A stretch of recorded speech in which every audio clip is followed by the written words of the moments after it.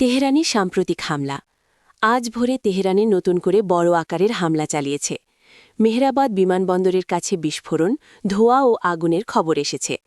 ইস্পাহান ও অন্যান্য শহরেও হামলা। আমাদের এয়ার ডিফেন্স সিস্টেম অনেক মিসাইল ও ড্রোন ধ্বংস করেছে, কিন্তু শত্রুরা আমাদের রাষ্ট্রীয় সম্প্রচার ভবন IRIB এর কয়েকটা অংশে হামলা করেছে, সানান্দাজ, তাবরিজ ও তেহরানে। আমরা জানিয়ে দিচ্ছি, IRIB এখনও সম্প্রচার চালিয়ে যাচ্ছে বিকল্প স্টুডিও থেকে।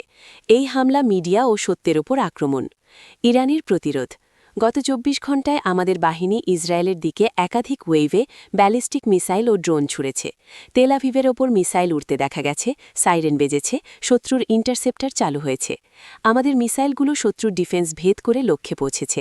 লেবাননের হিজবুল্লাহ ভাইরাও শত্রুর উত্তরাঞ্চলে রকেট ছুড়ছে।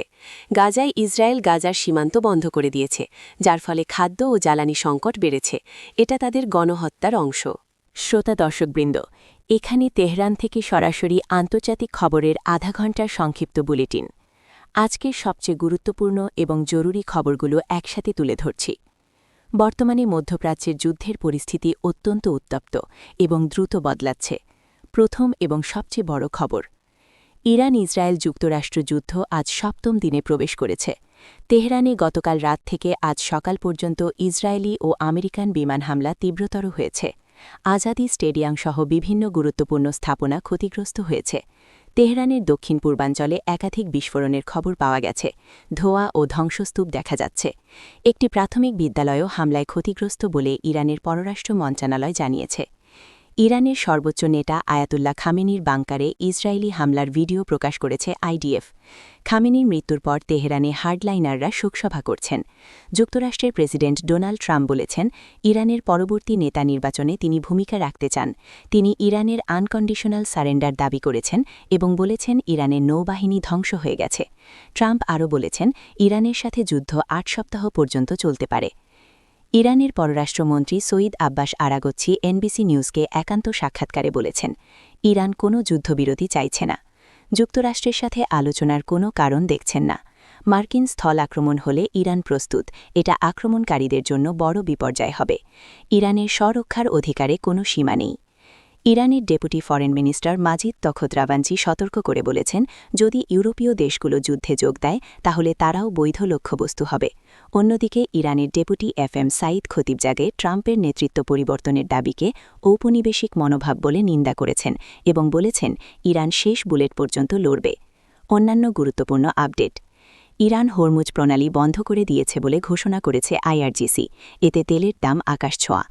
ইরান, কুয়েত, কাতার, সৌদি আরব, বাহরাইন সহ মার্কিন মিত্রদের লক্ষ্য করে ড্রোন ও মিসাইল হামলা চালিয়েছে। যুক্তরাষ্ট্র ইরানের ড্রোন ক্যারিয়ার জাহাজ ডুবিয়েছে এবং ব্যালিস্টিক মিসাইল সাইটগুলোতে বাংকার বাস্টার বোমা ফেলেছে। নিউক্লিয়ার সাইট নাতাঞ্জে হামলা হয়েছে, তবে IAEA বলছে রেডিয়েশনের কোনো ঝুঁকি নেই।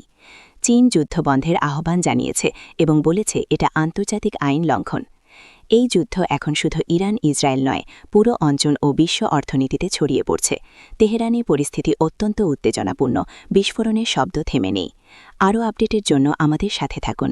আল্লাহ আমাদের সবাইকে শান্তি দান করুন। ধন্যবাদ। জনগণের প্রতি আহ্বান। প্রিয় দেশবাসী, রাস্তায় ধ্বংসাবশেষ সরান, আহতদের সাহায্য করুন।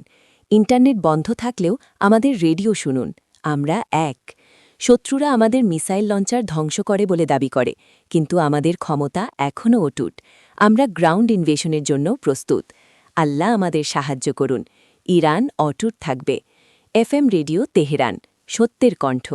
আরও খবরের জন্য থাকুন আমাদের সাথে। প্রিয় শ্রোতাবৃন্দ, ইসলামী প্রজাতন্ত্র ইরানের বীর জনগণ, আসসালামু আলাইকুম আরহামাতুল্লাহি অবারাকাতুহু। আমরা FM রেডিও তেহরান থেকে কথা বলছি। যুদ্ধের ৮ম দিন চলছে। আমেরিকা ইসরায়েলের আগ্রাসী হামলা শুরু হয়েছে ২৮ ফেব্রুয়ারি থেকে। আমাদের সশস্ত্র বাহিনী, IRGC এবং জনগণের প্রতিরোধ অটুট রয়েছে। শত্রুরা আমাদের নেতৃত্ব, সামরিক ঘাঁটি, বিমানবন্দর ও অবকাঠামোতে নির্মম আক্রমণ চালাচ্ছে, কিন্তু আমরা কখনো মাথা নত করব না। আল্লাহ আমাদের সাথে আছেন। সর্বোচ্চ নেতার শাহাদাত ও নেতৃত্ব। Supreme leader Ayatollah Ali Khamenei শহীদ হয়েছেন যুদ্ধের প্রথম দিনেই শত্রুর হামলায়। দেশ এখন ৪০ দিনের শোক পালন করছে। ইন্টারিম লিডারশিপ কাউন্সিল ও প্রেসিডেন্ট মাসুদ পেজেশকিয়ানের নেতৃত্বে দেশ চলছে। প্রেসিডেন্ট আজ টেলিভিশন ও রেডিওতে ভাষণ দিয়ে বলেছেন, আমরা কখনো আত্মসমর্পণ করব না, আমাদের প্রতিরোধ অব্যাহত থাকবে। তিনি গালফের প্রতিবেশী দেশগুলোর কাছে ক্ষমা চেয়েছেন। তেহরান ও অন্যান্য শহরে সাম্প্রতিক হামলা। আজ ভোরে ও সকালে তেহরানে নতুন করে বড় আকারের হামলা হয়েছে। ইসরায়েল ৮০টির বেশি ফাইটার জেট ব্যবহার করে তেহরানের সরকারি অবকাঠামো, মেহরাবাদ বিমানবন্দরের কাছাকাছি এলাকা এবং মধ্য ইরানে হামলা চালিয়েছে। বিস্ফোরণ, আগুন ও ধোঁয়া দেখা গেছে। আমাদের এয়ার ডিফেন্স সিস্টেম অনেক মিসাইল ও ড্রোন ধ্বংস করেছে। আইআরআইবির কয়েকটা স্টেশন, তেহরান, তাবরিজ ইত্যাদি আগের দিনগুলোতে হামলার শিকার হয়েছে, কিন্তু আমরা বিকল্প স্টুডিও থেকে সম্প্রচার চালিয়ে যাচ্ছি। শত্রুরা সত্যের কণ্ঠকে দমাতে চায়, কিন্তু আমরা থামব না। ইরানের প্রতিরোধ ও প্রত্যুত্তর। গত ২৪ ঘণ্টায় আমাদের বাহিনী ইসরায়েলের দিকে একাধিক ওয়েভে ব্যালিস্টিক মিসাইল ও ড্রোন ছুড়েছে। তেলাভিভের ওপর মিসাইল উড়তে দেখা গেছে, সাইরেন বেজেছে, শত্রুর ইন্টারসেপ্টর চালু হয়েছে। আমাদের মিসাইলগুলো শত্রুর ডিফেন্স ভেদ করেছে। লেবাননের হিজবুল্লাহ ভাইয়েরা উত্তর ইসরায়েল ও দক্ষিণ লেবাননে রকেট ও ড্রোন হামলা চালিয়েছে। গাজায় ইসরায়েলের অবরোধ অব্যাহত, খাদ্য জ্বালানি সংকট চরমে। এটা তাদের গণহন্যার অংশ। আমেরিকার প্রেসিডেন্ট ট্রাম্প বলেছেন, ইরানের সাথে কোনো চুক্তি নেই, শুধু আনকন্ডিশনাল সারেন্ডার চাই। হোয়াইট হাউস বলছে, হামলা আরও তীব্র হবে, ৪ থেকে ৬ সপ্তাহ চলতে পারে। তারা দক্ষিণ ইরানের একটা স্কুলে হামলা করেছে, অনেক শিশু শহীদ। এটা যুদ্ধাপরাধ। এ পর্যন্ত আমাদের ১৩০০র বেশি শহীদ। আমেরিকা ইসরায়েলকে নতুন অস্ত্র বিক্রি করেছে। আঞ্চলিক প্রভাব ও গাজা লেবানন। গালফ দেশগুলো, সৌদি আরব সহ আমাদের কয়েকটা মিসাইল ও ড্রোন ধ্বংস করেছে, কিন্তু আমরা সতর্ক করে দিয়েছি, তাদের ভূখণ্ড থেকে হামলা চালালে জবাব দেব। হরমুজ প্রণালীতে উত্তেজনা, তেলের আকাশ ছোঁয়া। গাজায় ইসরায়েলের হামলা অব্যাহত, লেবাননে হিজবুল্লাহের সাথে লড়াই চলছে।